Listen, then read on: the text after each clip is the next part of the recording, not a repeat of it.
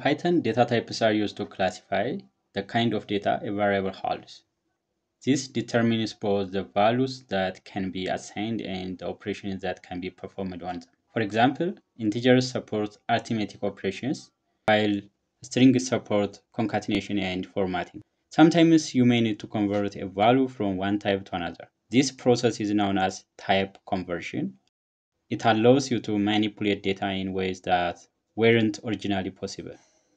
Before you convert a value from one type to another, you should always determine its current data type. So Python provides a built-in function called type that allows you to do exactly that. Let's look at an example. Here we define a variable named price with a value of 10.5. When we pass price to the type function, Python returns class float. This tells us that the data is of type float or decimal. Knowing the type beforehand helps you choose the correct method for converting it. Why converting data types is necessary? Type conversion is the process of changing the data type of a value. This is necessary when combining values of different types or performing operations that require specific formats. Let us now explore how to convert different data types in Python using real examples. Let us begin with converting numbers. Often, you may need to change an integer to a float or vice versa, depending on how you plan to use the data. Before performing any conversion, it is important to first check the original type using the type function. Here, we have an integer variable called num with a value of 5. When we use type num, Python confirms that this is an integer. Now, let us convert it to a float.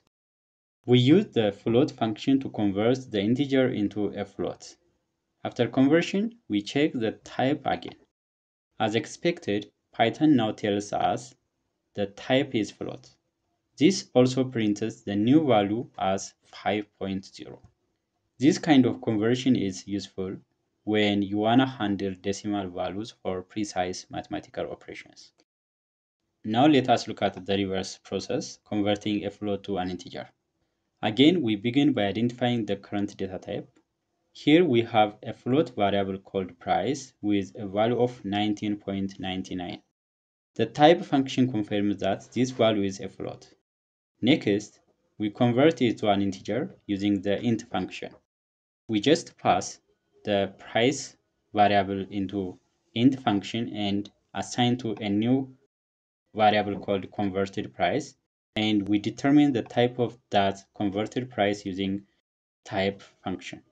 After conversion, the type changes from float to int. Notice that Python does not round the value.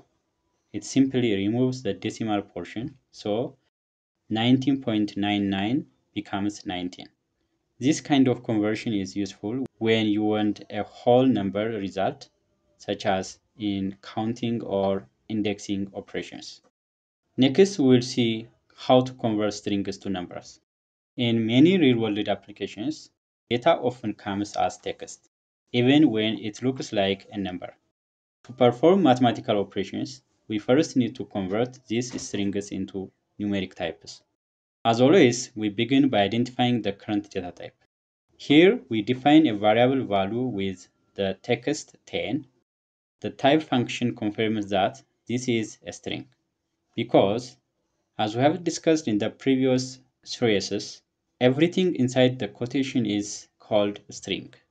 Now, let us convert it to an integer using the int function. After the conversion, the value becomes an integer, and we can now add or subtract it like a number. In this example, we add 5 and the result is 15. However, this only works if the string is properly formatted as a number. Here is an invalid string to integer conversion. In this example, we have a variable value with a value of 10 as a text. Then we try to convert this value into integer, and as you can see, it raises value error. If the string contains non-numeric character like this, Python will raise a value error. To avoid this, always validate the input before converting. Now converting numbers to strings. Sometimes you may want to combine numbers with text, such as printing messages or displaying user-friendly output. But keep this in mind that Python does not allow you to concatenate a number directly with a string. Let us start with an integer example. Here we have an integer variable called age. The type function confirms that it is an integer. If you try to concatenate it directly with a string like this, Python will raise a type error because string concatenation works only between strings. You must first convert the number using the str function. After conversion, the variable is now a string. This allows us to concatenate it with other text. You can apply the same rule for floats. Here we convert a float to a string and join it with a label. This is especially useful for formatting output in user interface or report. By converting numbers to strings, you maintain full control over how your data appears when displayed or stored.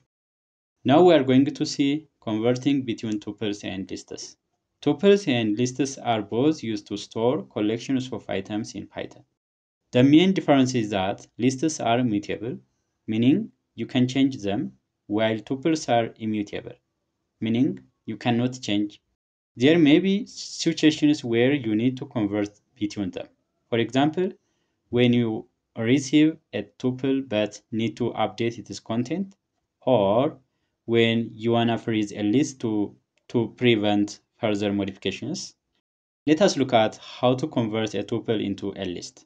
Here we have a tuple 1 to 3 and assign into a variable data tuple, then determine the type of this data tuple, and as you can see it is class tuple. Then to convert into list, pass the data tuple into list function and assign to a new variable called converted list. And once converted, you can determine the type of the converted value by passing into type function and then print out the converted value. We started with a tuple named data tuple 1 to 3. Using the list function, we converted it into a list. Now we can add, remove, or change its elements as needed. Now let us try the reverse, converting a list into a tuple. This can be useful when you wanna make sure the collection remains unchanged. Let's begin by defining a list of items 4, 5, 6 and assign into data list. We always first check the type of the data list by using type function, then convert into tuple by passing data list into tuple function and determine the type of that converted tuple. Once determine the type of the converted tuple, and we can print out converted tuple to make sure that the list data is converted into tuple. Here we used the tuple function to make the list immutable. This can help protect data integrity, especially when passing values to a function or returning results from one. Alright, so far so good. Now let us test your understanding with a quick challenge. I will show you some Python code with a mix of data types. And your task is to perform the right conversions and print the expected output. Here is the challenge. Given data, quantity 7 in string, price 12.5, items 10, 20, 30. Then your tasks are number 1, convert quantity to an integer and multiply it by price. 2, convert the result into a string and print it with a label. 3, convert items into a list and add 40 to the end of the list. 4, convert the modified list back into tuple and print the final tuple. Pause the video and try this challenge on your own.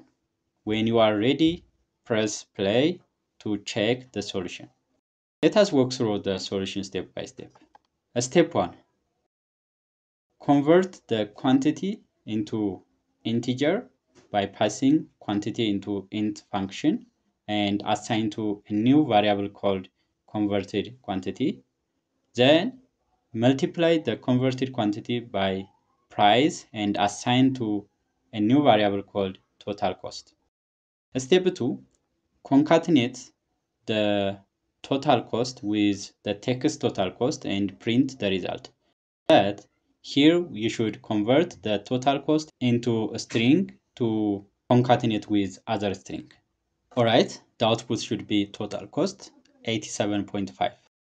Step 3, convert the tuple items into list by passing items into list function and assign to a new variable called items list. Then append a new value into the converted list. Once appended, we can convert back to the tuple by passing the items list into tuple, then assign to a new variable called final items.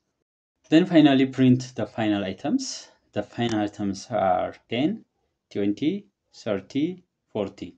40 is added in the tuple, but we added 40 by converting the original tuple into lists, and once added, we converted back to tuple to make it unchanged. In this exercise, you practiced type checking, string conversion, numeric operations, and changing between tuples and lists. Challenges like this help solidify your understanding of Python's dynamic typing system.